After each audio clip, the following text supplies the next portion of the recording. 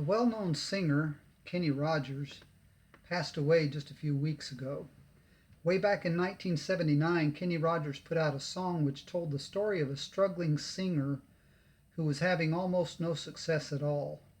The song told of how he had promised his mate that he could change the world with his songs. And the song is about him coming to the conclusion that that was simply not going to happen, but that she continues to believe in him. The chorus of the song says, "She believes in me. I'll never know just what she sees in me. I told her someday if she was my girl, I could change the world with my little songs. I was wrong. But she has faith in me, and so I go on trying faithfully. And who knows, maybe on some special night, if my song is right, I will find a way." The song is about this singer's attempt to accomplish something and his doubts about his ability to do so. But more than that, the song is about his faithful mate who struggled and endured because she continues to believe in him. And so he expresses doubts about himself. "I'll never know just what she sees in me."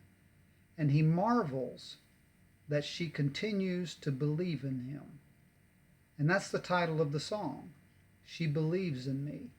There is no way to measure the influence that is had on another human being when somebody believes in them. Only a few weeks ago, we talked about the need to choose our words carefully when we talk to others. We talked about the need to recognize the power that our words have to heal or to hurt someone. I want to explore this concept again, but from a different angle. It really does make a difference what we say. The words that come out of our mouths can encourage and edify, and the words that come out of our mouths can damage and destroy. Proverbs chapter 18 verse 21 says that death and life are in the power of the tongue.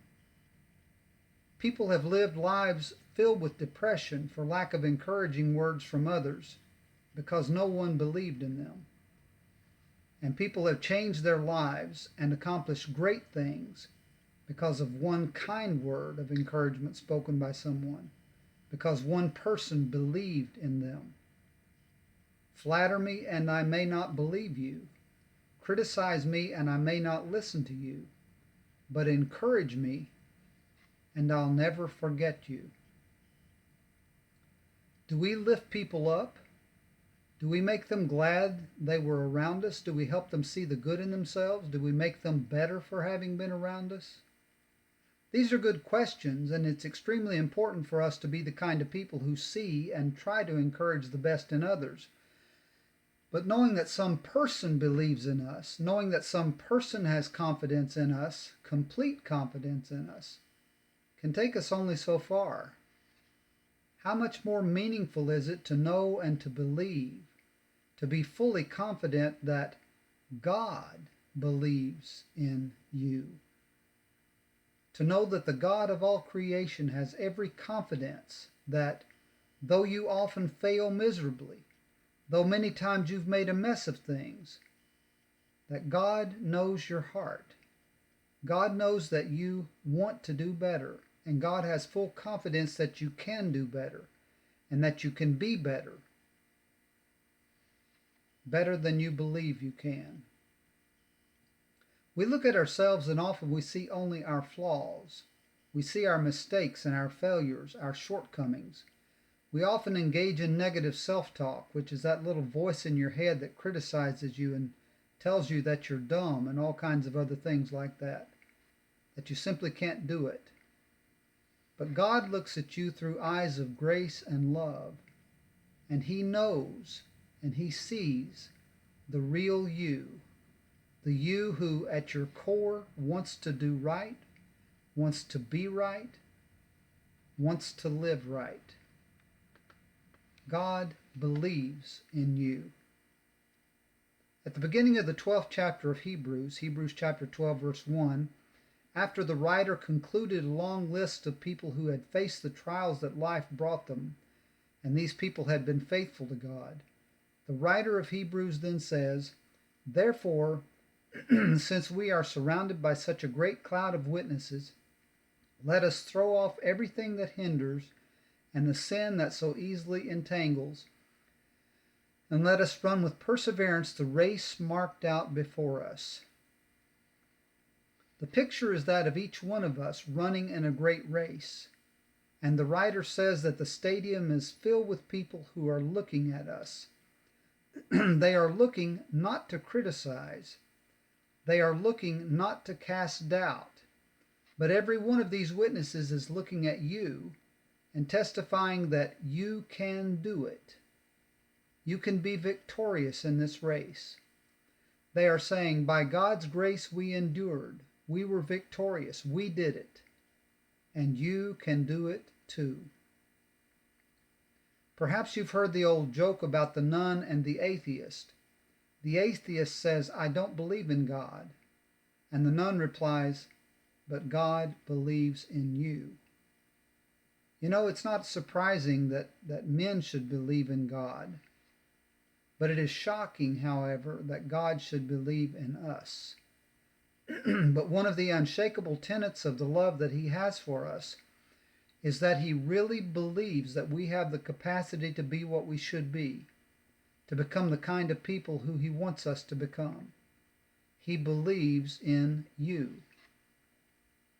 Remember Job?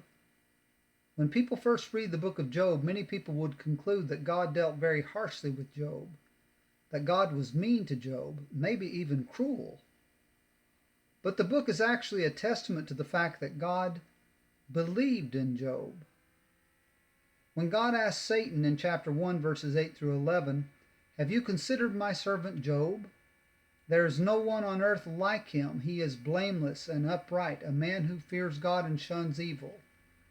Then Satan replied in verse 9, does Job rather fear God for nothing?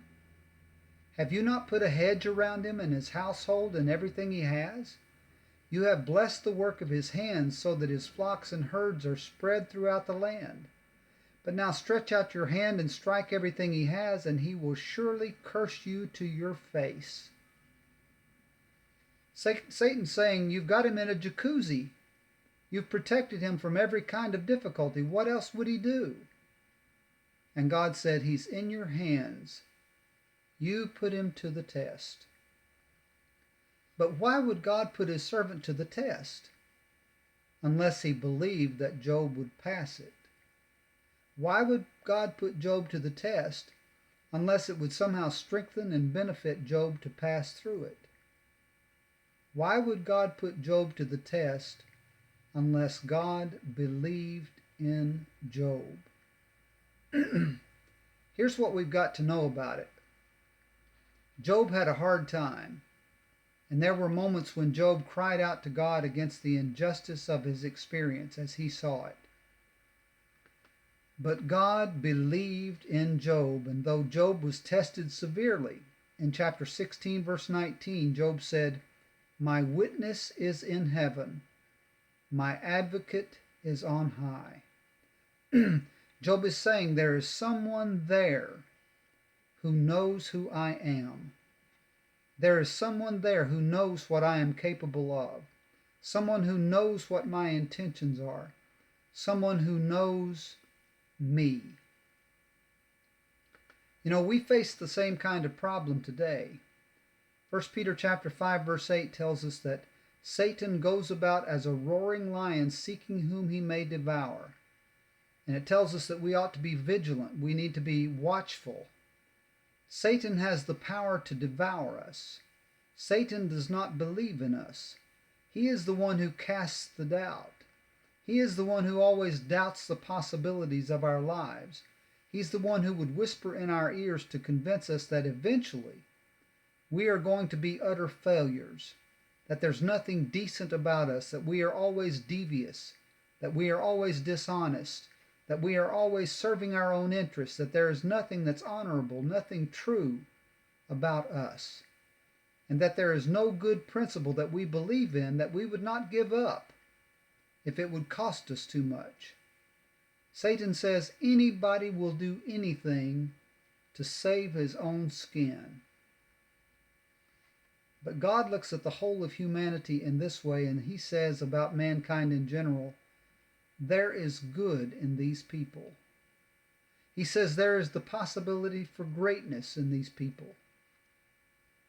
And we sometimes forget what it does to the souls of men who've made all kinds of blunders, who've gotten their lives in terrible twists.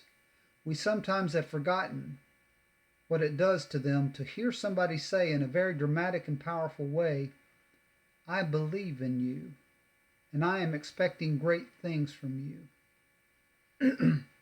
Our Creator believes in us. The Father has committed great tasks to us, tasks that will make a difference, tasks that will make a difference in our lives and in the lives of others. The Lord has the confidence that we have the courage and the integrity to fulfill these tasks. We often focus on our failures, and so we often see ourselves as failures. But that doesn't mean we are a failure in God's eyes. It reminds me of Jesus when he said to Peter in Luke chapter 22, verses 31 through 32, on the occasion of the evening before his crucifixion, when Jesus told Peter that Satan has asked for you, but I have prayed for you that your faith should not fail. And Jesus knew when he said that, Jesus knew that Peter was going to deny him 3 times, saying, I don't know the man. Jesus knew Peter was going to swear with an oath that he didn't even know Jesus.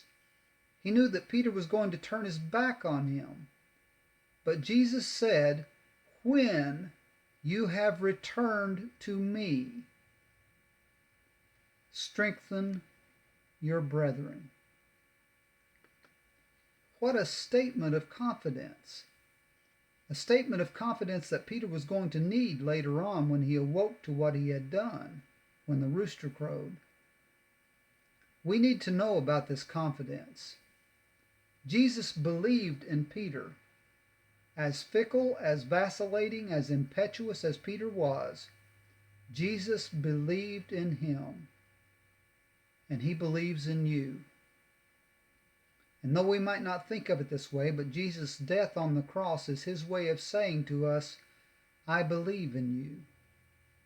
He believed in us enough to make himself vulnerable to the most awful kind of abuse. He suffered an agony that even a wicked man should not have to suffer. But what Jesus is saying to us in dying this way is, I believe that it will count for something. I believe that you will be touched by it. I believe it will make a difference in your lives. I don't believe you can be hard enough. I don't believe you can be stubborn enough. I don't believe you can be mindless enough to look at this and not know that I love you and that I care and not know that I believe in you. I know it says more than that, but sometimes we miss the fact that it does say that. You know what a difference it makes when somebody comes to you in a time when you feel absolutely despondent about yourself. You feel like you've been an absolute failure, and your life just seems to stretch out in blackness before you. And somebody says to you, I know that you may not have done well this time, but I also know that's not who you are. That's not what you're really made of. And I don't really believe that's the course that you are going to take. What I believe about you is that you not only have the capacity for greatness and goodness, but I believe there is something in you that longs towards that direction. That what you are truly is an individual who wants to do right. And when that person tells you that, you tend to reach down into yourself and say, I will try again. I will do better. Because somebody believes I can, I will. And more than anyone else, Jesus, the Son of God, who emptied himself for our sake, is saying that to us. I believe you want to do right. He's saying that to you, and he's saying that to me. All of us have despaired of ourselves. We've all disappointed ourselves so many times. But God doesn't believe that's the way it's going to turn out. He knows you have it in you to do the right thing. He's made this investment with the confidence that you will see and understand and be touched by his love and turn to him. The Savior gave his life for you, and he believes in you. Just as God believed in Job, Just as Jesus believed in Peter, God believes in you. Jesus believes in you. They believe that you want to do right and that you want to go to heaven. Keep that in mind when you get discouraged, and get up and try again. When you're discouraged and have fallen back and you've drawn back and have lost confidence in yourself, remember that his confidence in you is that even though you may fall, that you are going to make the correction. You are going to correct your course. You are going to do the right thing. In Genesis chapter 22, the text makes it clear that God had confidence in Abraham. Otherwise, he would not have told Abraham to sacrifice his own son. God believed in Abraham. That's why God put him to the test. If you love someone, you don't put them through that kind of test unless you're confident they'll be made better by the test, and you don't put them through that kind of test unless you believe in them. God even expressed confidence in Cain. In Genesis chapter 4, verses 2 through 7, we read, Abel kept flocks and Cain worked the soil. In the course of time, Cain brought some of the fruits of the soil as an offering to the Lord, and Abel also brought an offering, fat portions from the soil, from some of the firstborn of his flock. The Lord looked with favor on Abel and his offering, but on Cain and his offering he did not look with favor. So Cain was very angry, and his face was downcast. Then the Lord said to Cain, Why are you angry? Why is your face downcast? If you do what is right, will you not be accepted? But if you do not do what is right, sin is crouching at your door. It desires to have you, but you must rule over it. God was not taunting Cain. God believed, God knew that Cain had the capability to make the right choice. Otherwise, God was merely being cruel. You don't try to really convince third graders that they can dunk a 10-foot basketball goal. Come on, try harder. You can do it. That's what God would have been doing if Cain had no choice in the matter. That's what God would have been doing if Cain was incapable of doing the right thing. But he said, if you do what is right, will you not be accepted? And he talks about sin desiring to rule over Cain, but he says, you must rule over it. How cruel, unless God really meant it. All of us know what it feels like to have people not believe in you. It makes you feel weak. It makes you feel unconfident. It makes you not believe in yourself. It makes you not believe in your own goodness, your own desire to do better. And hopefully every one of us knows what it feels like to have someone who does believe in you. To have someone express confidence in you, confidence that you want to do better, confidence that you want to do right, confidence that you can do better, that you can do right. Psalm 115 verse 16 says, the highest heavens belong to the Lord, but the earth he has given to man. Psalm 8 verses 4 and 6 says, what is man that you are mindful of him? You made him ruler over the works of your hands. As in the song I mentioned earlier, we often express doubts about ourselves, and we marvel at the thought that God believes in us. Have you ever thought about the confidence that God expressed in mankind when God just turned the earth over to man and said, here it is, do with it what you will? You might say it was a reckless gamble, but I say it was a bold display of love and trust. It was an act of confidence. It was God saying, I believe in you. And look at what man has done, how he has used the resources of this rock floating around in orbit. God believes in you, and God longs for you. This is another surprising announcement in the gospel. Despite all our mistakes and foolishness, our Father longs for us. He waits by the gate for us to come home so he can clothe us in a tuxedo or a formal gown and throw a feast for us. The reason some people have trouble trusting is that they don't see God with outstretched arms. They see God with clenched fists. They are focused on fearing his punishment. These people need to focus more on the good news of His grace. They need to hear how much their Father loves them, how much their Father believes in them, and how much their Father longs for them. Everything that God has ever done testifies to His love for us. The ultimate expression of His love was the cross. He did it all because He loves us and because He believes in us and because He's not willing that any of us should perish. His enduring hope is that we will stop doubting His love and His confidence that He has for us and in us. And when that happens, when we stand firm in the confidence of our Father's love, and when we become convinced that God believes in us, then life truly begins.